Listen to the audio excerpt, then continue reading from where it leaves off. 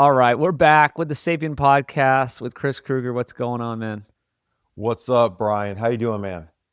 I am good. We are just getting back into this. We took it over from Dr. Gary. This is our second episode. You can go back and listen to. I have tons of episodes from back in LA. We did some interesting ones, like Brent Pella and Max Lugavere, like came in person into LA. It was fun.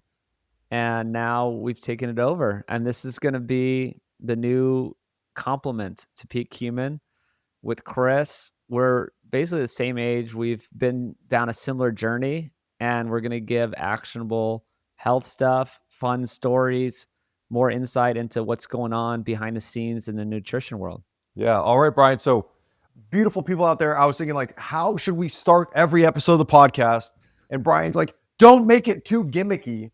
But the reality is, Brian is kind of like at the core of this sapien world right here. And so I think we could just start every episode with me just saying, hey, Brian, what's up this week? Like, what's going on in your life? Because I know, you were posting some stuff. We were talking about Brian Johnson, the vegan cult vampire guy last week. And then apparently he like clapped back with something. Like, what did that guy say? Well, yeah, finally, after like a week, he just writes this really nice message. It's this persona of, oh, yes, this is great. I love thinking about health and everything is good. And I love people doing better things. It was just like meaningless stuff without any conclusion.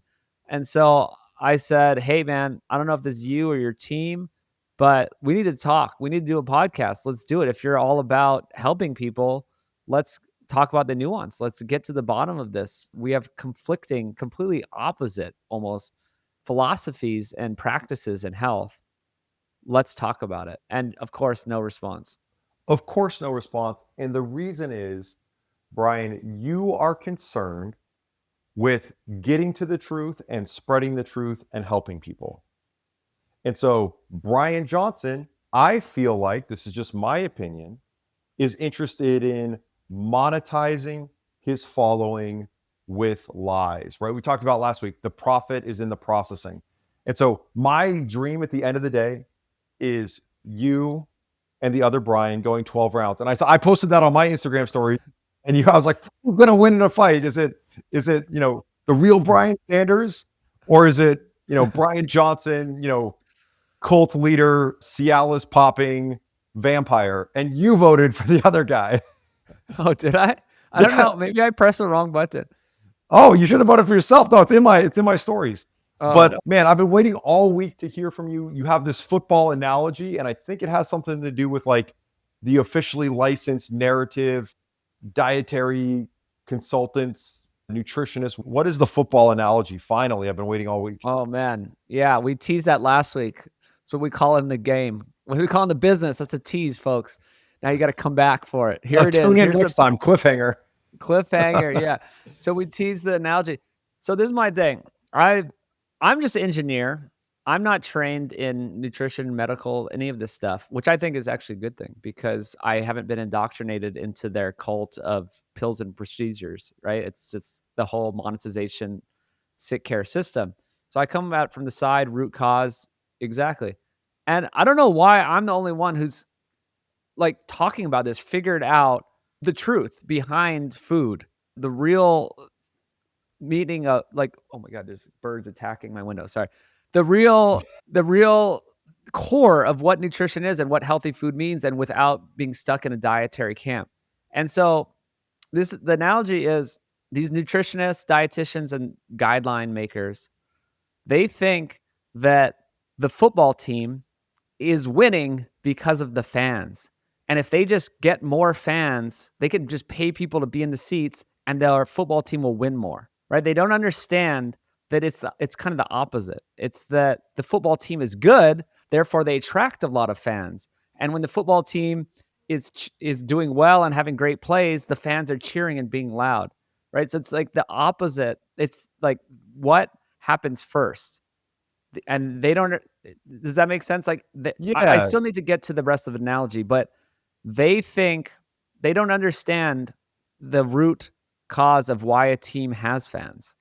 Yeah, and so it sounds like you're talking about like these influencers where they're literally getting paid by like evil seed oil corporation to tell you seed oils are healthy, right? It sounds like we're talking about politically, it would be like a real grassroots organization versus the fake grassroots, which is the astroturfing, Where they right? pay people, but okay, that's not even all of it. Basically, their whole job is to study nutrition and understand it, and they don't even understand the fundamentals. And so an example is fiber.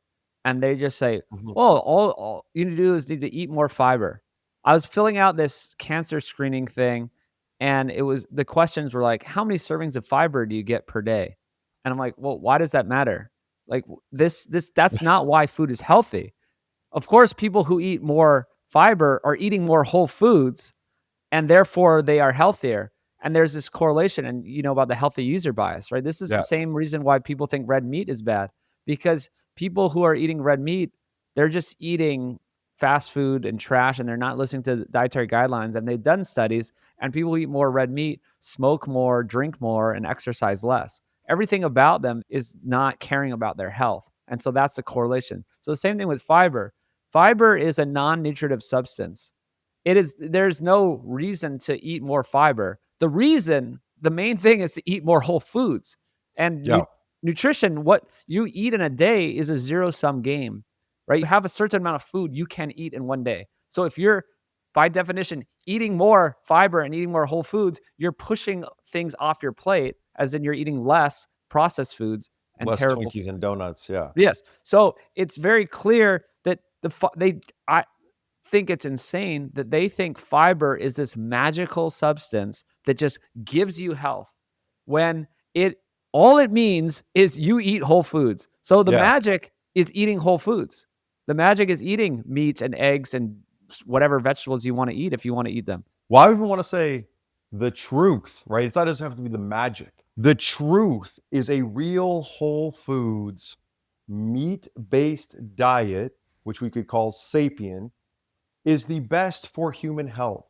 And so that's where we get to come on the Sapien podcast and spread the truth versus other people spreading the lies for profit or spreading the lies to advance their career, right? The only way to get to the next level of the Harvard School of Public Health is to spread these lies.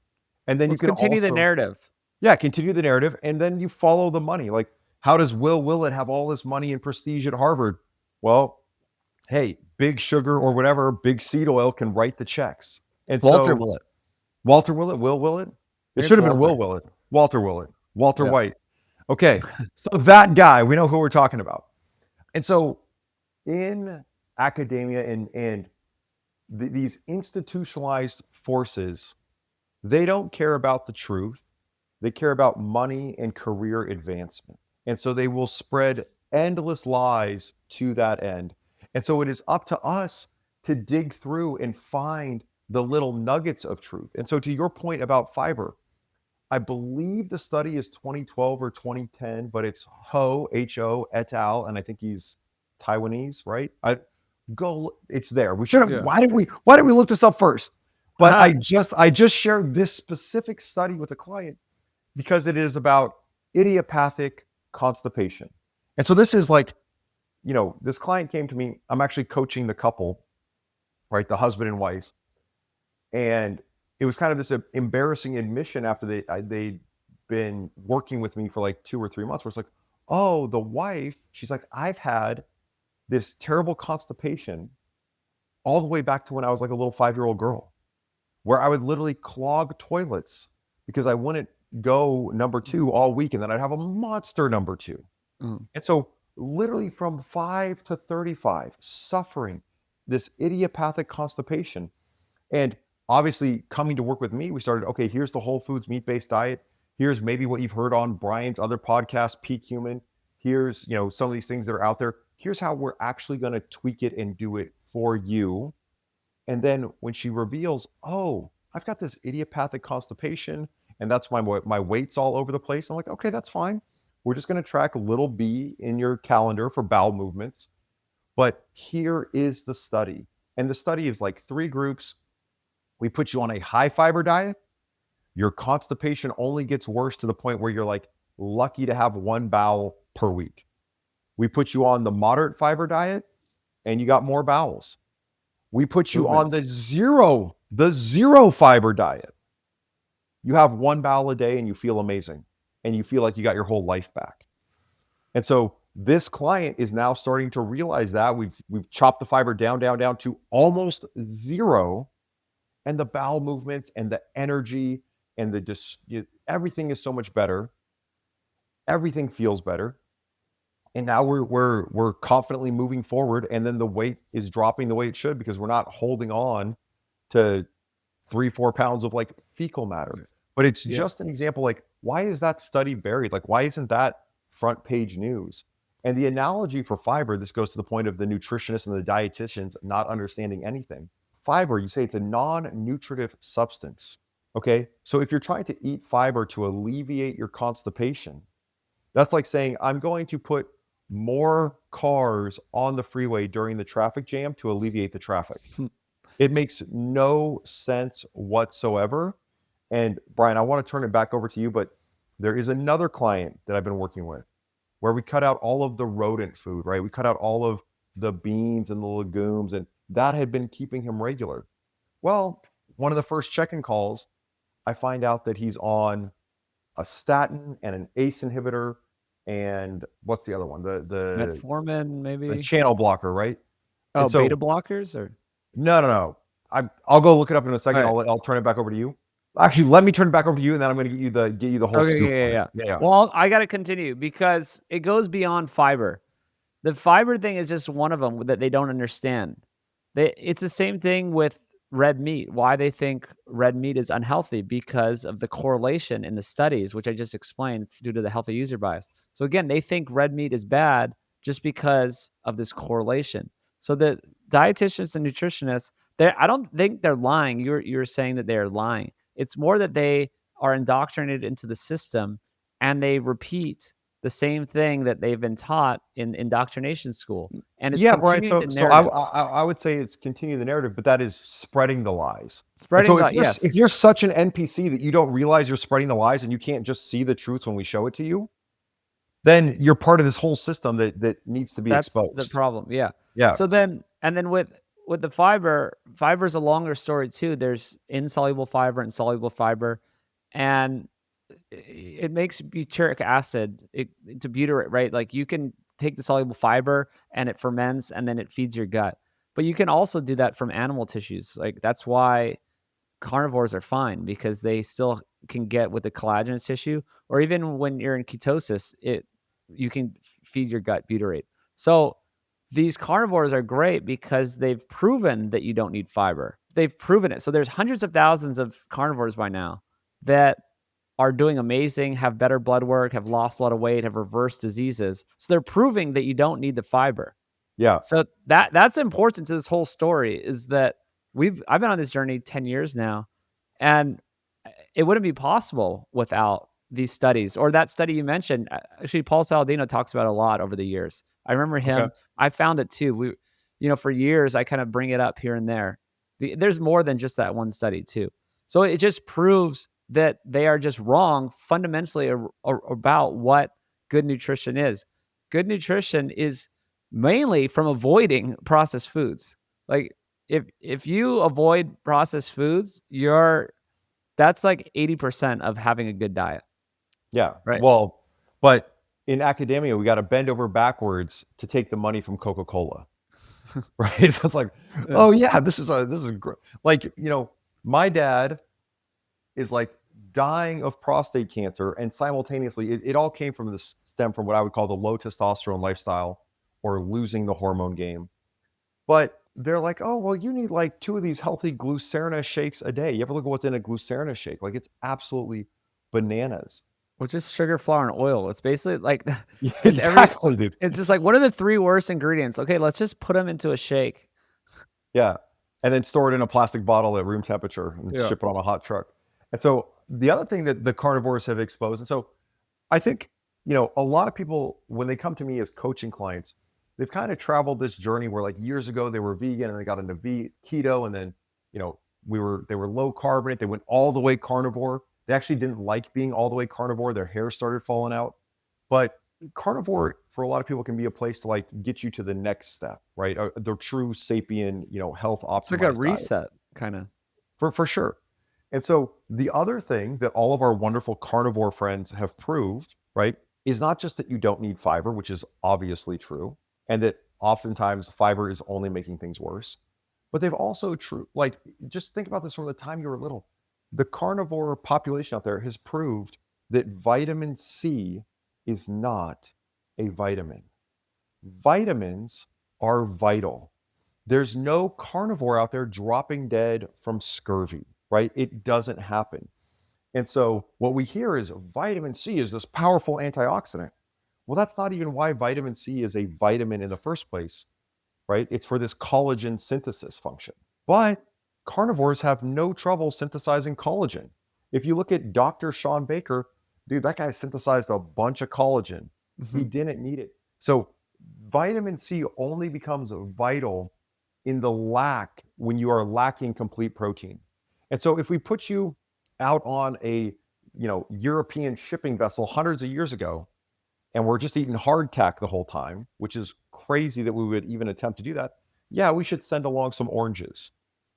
But if we are Polynesians and we're sailing around the Sandwich Islands, we're just going to fish as we go.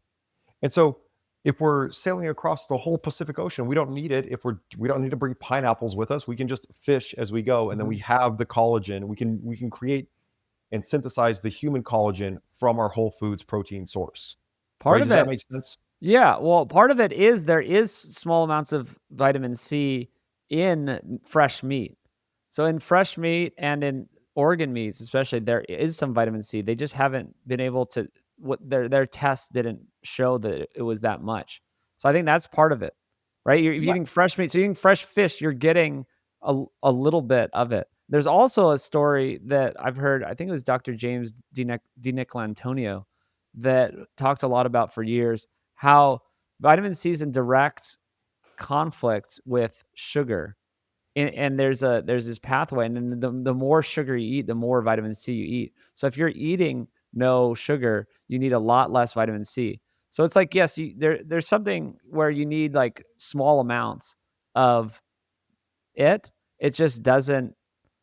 Maybe that's why the hardtack. If they're eating hardtack, is basically just bread, like unleavened bread that turns into sugar, Yeah. and they maybe had some like dried meat, but that had no vitamin C in it, and then they just had a lot of sugar, so they couldn't synthesize the collagen.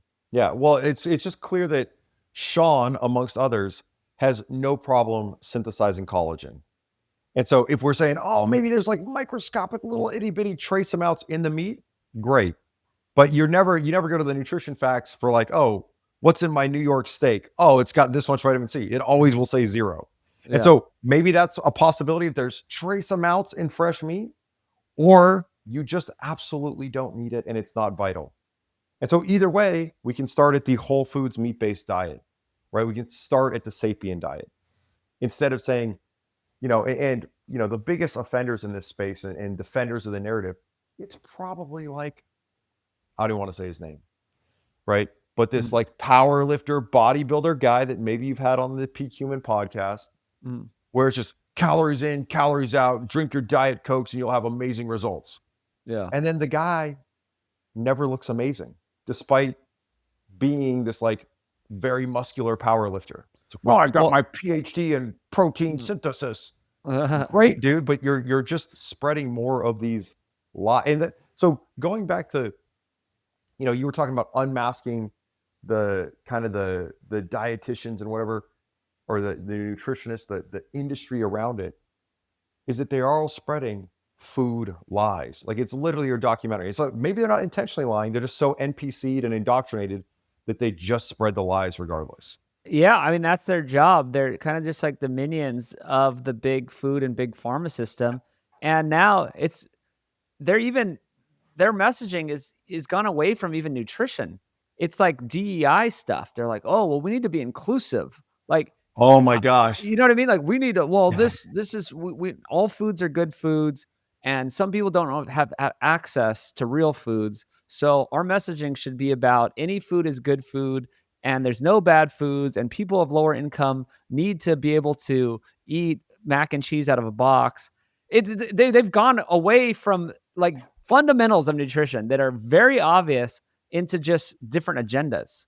Well, yeah, and it's like if you want to see or hear, then you're an ableist, right? There are objective truths, right? I would rather be seeing and hearing than deaf and blind. Like one is clearly better. And so Yeah. all of this, like everyone's comfortable in their larger bodies. That's great. Until Hollywood has Ozempic and they start shooting themselves up with it. And they're like, oh, see, it's easy. I can just do this, right? It is constant hypocrisy. But I want to read you this post. So I'm going to have to go find it here for a second. But it's about, have you seen that Serena Williams is the new celebrity face of GLP-1 weight loss medications? Right? I For like guess Roe I don't Health. follow news, but yeah. Well, it's just that like, you know, we can do all of this like wonderful athletic stuff. And you know that like, what is it, a $2 billion lawsuit against Ozempic because people are just going blind. And my comment on your post was like, no, now I can't see how skinny I got on Ozempic because I went blind. But dude, the woke stuff, and it's like you just apply words, and they don't teach like logic anymore. Like imagine you can be like, oh, that's a logical fallacy. Here's the real truth. Instead, we're just all spoon-fed what to think. Let me grab this one for you though, because it's so beautiful, dude. Do it. Well, in the meantime, they've lost the fundamentals of nutrition. That's back to the football analogy, just to make sure, because maybe I should have done it in a different order because I started with the fans. So the dietitians and nutritionists, they're just thinking that the fans are driving wins. So it's just like, oh, because people eat fiber, they're healthy. That is the wrong thing. It's because they're eating whole foods and they're avoiding processed foods, they're healthy. But that's not just a simple mistake. It's like the football team is good. That's why the fans are there. So that's not a simple mistake. That's misunderstanding your whole profession. Your whole profession is to understand nutrition, human biology and nutrition. And that is full, complete proteins from animal foods and nutrients, vitamins and minerals, and from whole foods, from just a whole food diet. That is the fundamentals of it. And they don't understand it. They're talking about healthy at every size. They're talking about income stuff. They're talking about all foods are good foods. They're talking about calories in, calories out. Calories in, calories out doesn't account for nutrients.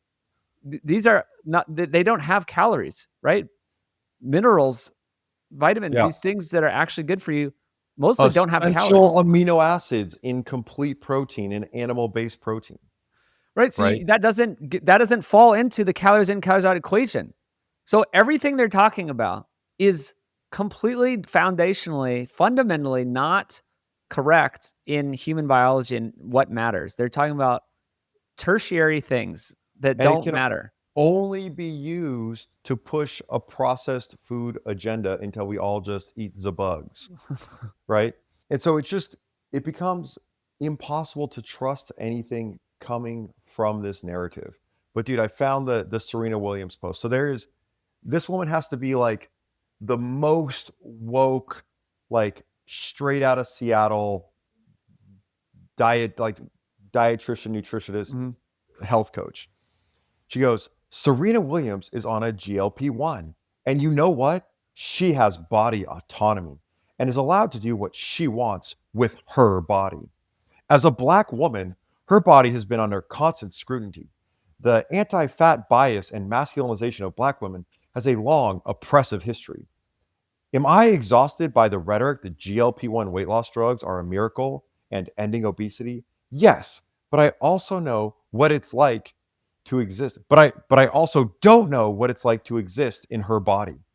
As someone who holds thin and white privilege, I have access to resources that marginalized bodies don't have, or have a hell of a time trying to access, because systems in the US are not equitable.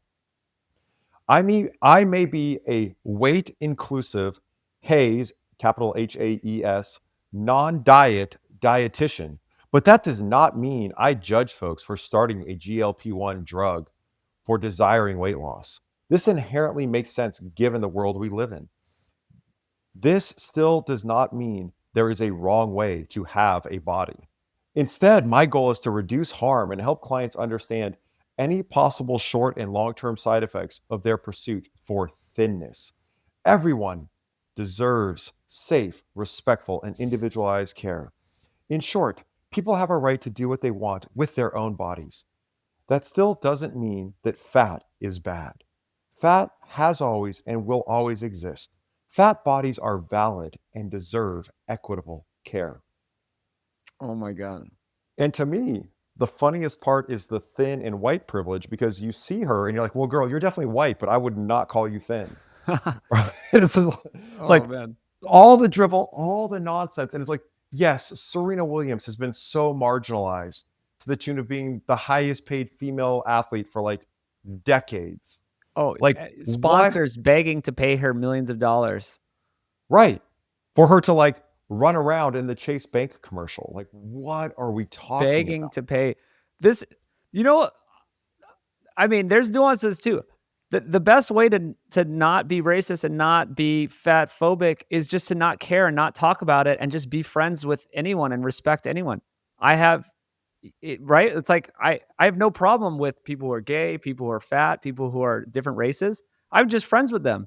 And I don't make a big deal about it. And they don't make a big deal about it. And we're done. Exactly. But people that are gay, straight, black, Asian, male, female, they come to me because they want to get truly healthy and they want that individualized coaching.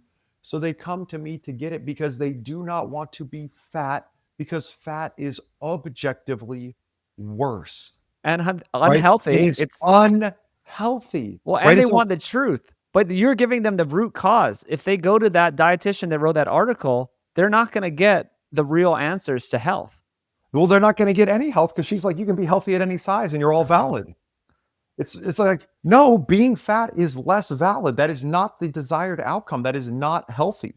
And so you get just spoon fed these lies of, hey, there is no healthy. Healthy doesn't exist. It's all double speak. It's nonsense. Right. And so we can go back to Gerald Reaven at Stanford. Here is the cluster of conditions: the high triglycerides, low HDL, high blood pressure, poor glucose control, visceral fat, or abdominal adiposity.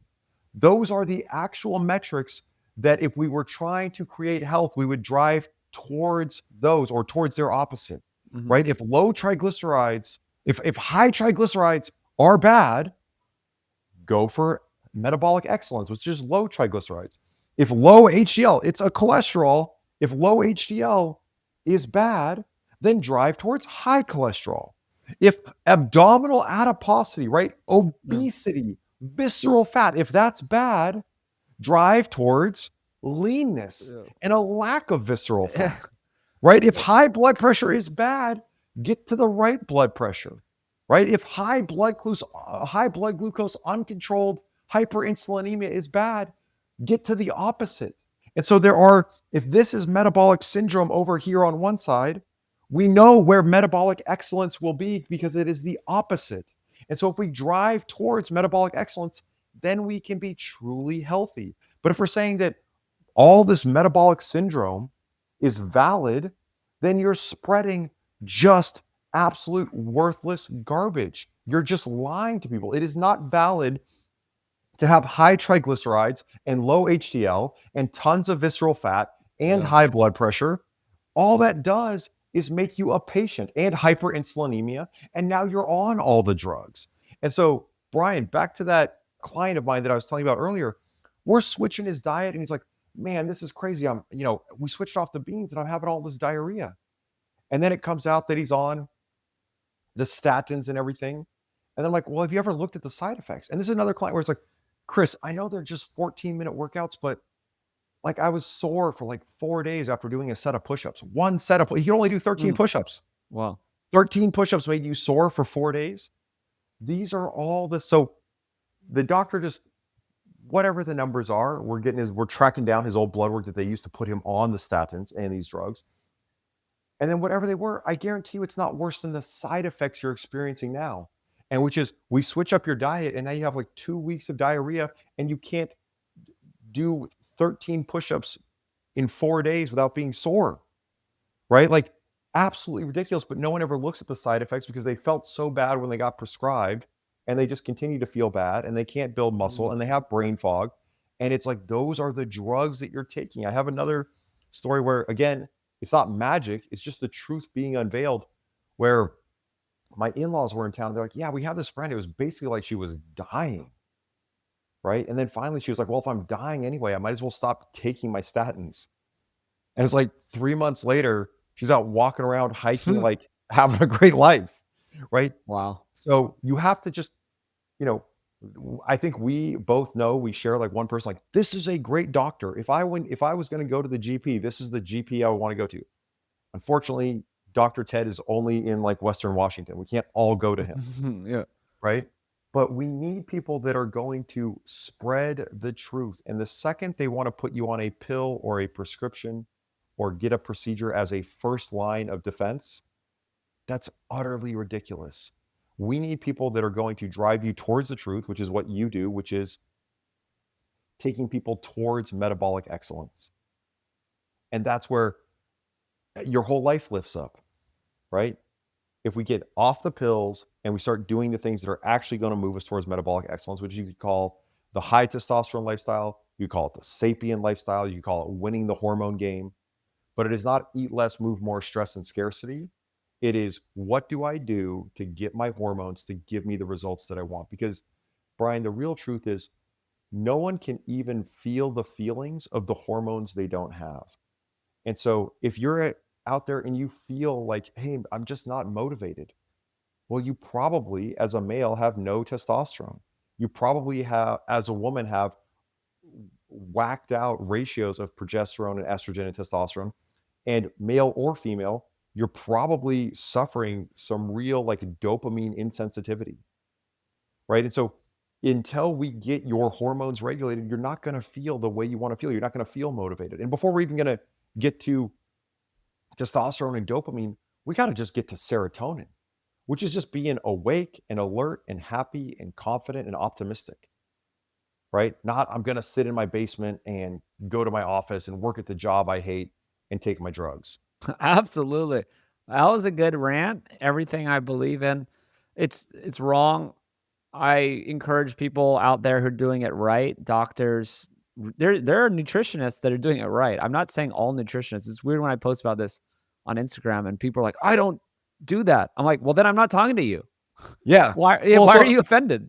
so here's the thing, like to actually be a helpful nutritionist, you might go through and become a licensed dietitian or nutritionist or whatever, but to let people know, to make it known, to advertise, that's what advertising is, making it known, to make it known, to advertise yourself in the space of providing helpful advice and coaching, is you almost need to say, I am the anti-dietitian.